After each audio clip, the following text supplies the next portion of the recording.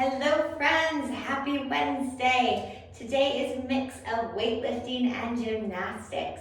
RX today requires a barbell, it's my barbell, but you might want to consider switching it out for a dumbbell like in limited equipment, because guess what?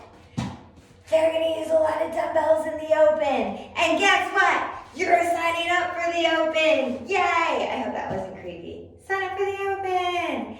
Guys, this is a spicy one. It starts off with a power snatch.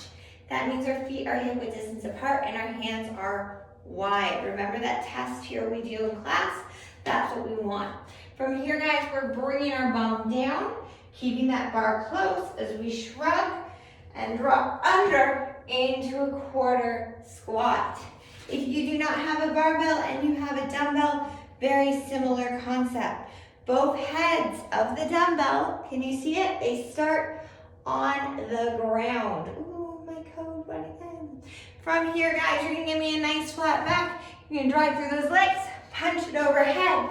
We're switching every single time and doing that again. If you do not have a dumbbell, you give me broad jumps. Fucking hate broad jumps. Really good at teaching explosive power. Coming into that squat, guys, squeezing your butt at the top, landing every single time. Make them as long as you can, make them explosive, make them powerful. Next movement is our toes to bar. If you do not have toes to bar, we're going back to the V-ups we did yesterday. Remember these here. So, why are we doing the same movement 2 times in a row? It mimics the toes to bar as best as possible. And in our programming, we did knees to elbows and then toes to bar. So normally it doesn't look great, but it makes sense for this one here. So have a little bit of faith. Before that though, bad memory, you're gonna be doing a handstand walk. Guys, I bring a bunch of different scales for you in your handstand walk if you don't have it. My favorite is to kick up close to a wall, work on that walk, work on that little bounce. Every single time I lift a hand up, I count that as a step. Other things, if you have a box or an ottoman, you can walk around that one time. Remember, if you're doing that, see if I can think this here, guys. I'm looking for my shoulders directly over my wrist, and then my hips are going as high as they possibly can to give me the maximum challenge. If it's too hard on my toes, I can switch it to my knees. I really want to get those hips super duper high.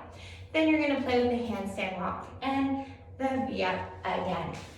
For our cash out, guys, we're going for bent over rows. So we can do a single arm dumbbell row. 1 foot forward, 1 foot back.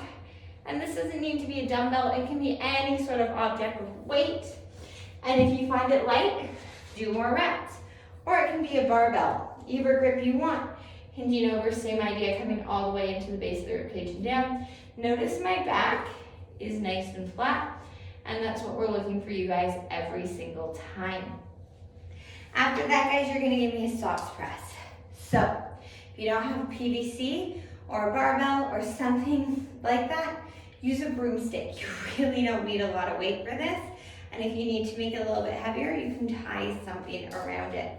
Again, I'm pretty spoiled here. I have a little change plate, so I can give myself a little bit of weight this way. Guys, you're bringing it behind the back here, and you're coming all the way down into a squat. From here, trying to stay high, you're pressing all the way up and all the way back down. Trust me, this is spicy. You don't need weight to make this work. It's really, really good on your shoulders. So please do yourself a favor. Don't miss out on the stocks press and sign up for the open. Guys, have a wonderful Wednesday. We'll see you tomorrow.